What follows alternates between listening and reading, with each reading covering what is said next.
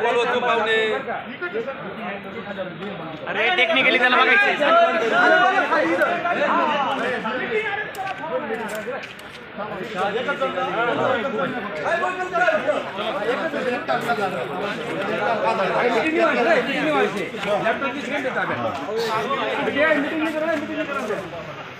अरे मीटिंग नहीं शांतता में मीटिंग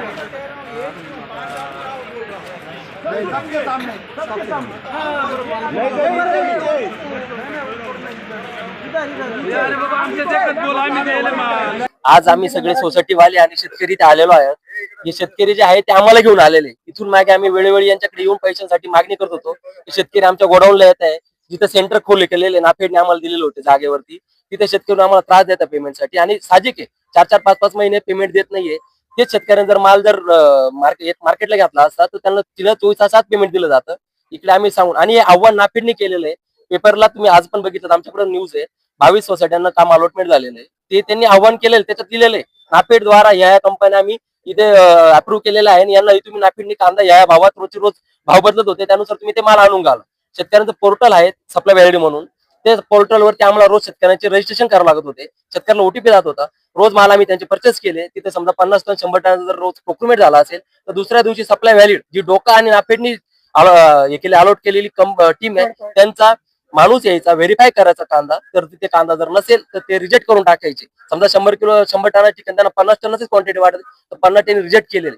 आणि असं करून करून शेवटपर्यंत पोर्टलवरती ज्या दिवशी कांदा आमचा तिथे दिसलाय त्यावेळेस तिने अप्रूव्ह केली. आणि ही संस्था आमची नाहीये, ही नाफेडने दिलेली आहे, लोकांनी दिलेली, संस्थांनीच व्हेरीफाय केलेलं आमच्या प्रत्येकाच्या ठिकाणचे गोडाऊन. त्यानंतर AR असतील, DDR असतील, यांच्या टीम आमच्या गोडाऊनला येऊन गेलेल्या आहे. ते स्टेट गव्हर्नमेंटचे आहे, त्यांचे पण आकडे वेगळे येत आहे. नाफेडची नाशिकची टीम आहे, हिचे आकडे वेगळे येत आहे. रोज दिवसाआड आमच्याकडे नाफेडचा अधिकारी, त्याच्यानंतर वरतून दिल्लीवरून पण सगळे येऊन गेले. बऱ्यापैकी जेवढे अधिकारी आमच्याकडे रजिस्ट्रेशन आहे त्यांच्या वहीवरती, नोटिंग का कोण कोण येऊन गेले. मीडिया पण आमच्याकडे भरपूर वेळा येऊन गेलेली, त्यांनी पण बघितलेले. शेतकऱ्यांनी माल आम्हाला आणून घातले आणि आज इथे उत्तर देत आहे की तुम्ही आम्हाला माल दिला नाही, तुम्ही कंपन्याला माल दिला. आम्ही माल घेतला, आम्ही कोणासाठी माल घेतला?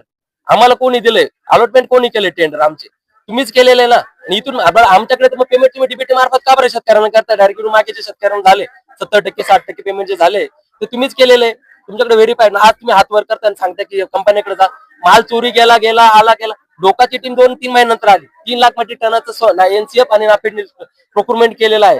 तर ती टीम येऊन 2 ते 3 दिवसामध्ये, 2च दिवसात 3 लाख मेट्रिक टन कांदा हा व्हेरीफाईड करून निघून गेलेली.